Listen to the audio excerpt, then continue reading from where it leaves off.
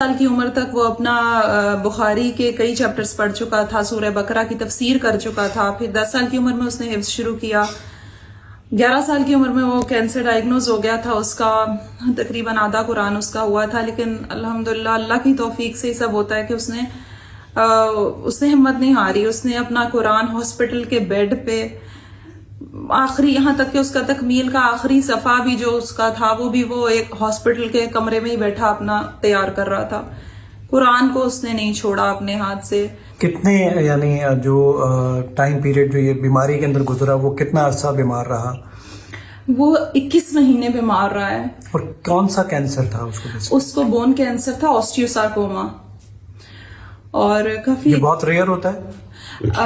ہاں جی، extremely rear ہوتا ہے جی. اور کافی اگریسو کینسر ہے. اس کی بہت میجر سرجری ہوئی تھی ٹانگ کی، اور اس کے بعد اس پہ کافی ریسٹرکشنز لگ گئی تھی. ایز اے ینگ بوائے جس کو بہت سپورٹس کا شوق تھا، وہ سب اس کو منع ہو گئی تھی کہ اب تم بھاگ نہیں سکتے. لیکن ماشاءاللہ وہ اتنا صابر تھا کہ اس نے اس چیز کو اللہ کی رضا میں راضی ہو جاتا تھا. وہ ہر کیا خلا فیل کرتے ہیں عبدالعلیم کے جانے کے بعد؟ اس کی خلا تو کبھی پوری نہیں ہو سکتی، لیکن وہ اللہ کا ایسا تحفہ تھا. ہم سمجھتے ہیں کہ اللہ کی ایسی ہستی ہے جو 70 ماؤں سے زیادہ پیار کرنے والی ہے.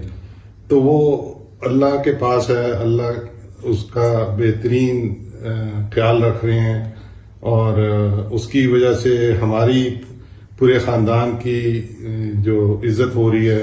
ہم اللہ کا بڑے شکر گزار ہیں، اور جتنا شکر کریں اتنا کم ہے. اللہ کی امانت ہی تھوڑے عرصے کے لیے آئی ہے ہمارے پاس، لیکن اللہ کا بہت شکر ہے کہ اتنے عرصے کے لیے اللہ نے اس کو ہمارے پاس بھیجا.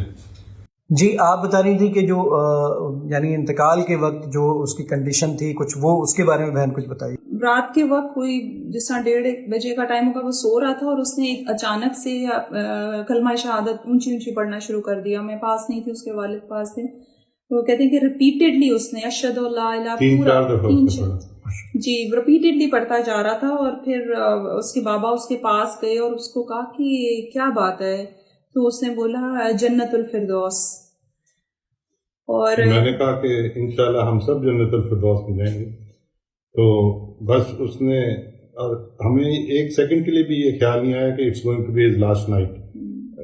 یہ اللہ کی طرف سے تھا. تو ہم بھی، میں ریسرچ کرنے لگ گیا کہ اس کو شاید دوائی کا اثر ہو گیا، ہیلوسینیشنز آ رہی ہیں اس کو. تو ایسا کوئی نہیں تھا، اس کو نظر آ رہا تھا.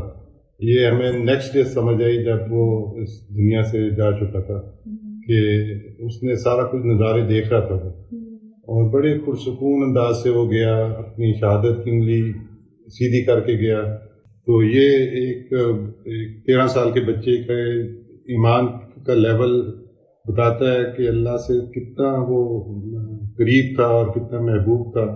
یہ ساری نشانیاں اللہ تعالیٰ نے ہمیں تسلی کے لیے دکھائی ہیں کہ یہ دیکھیں جو قرآن سے جس کا تعلق ہوتا ہے اس کے ساتھ یہ سارا کچھ.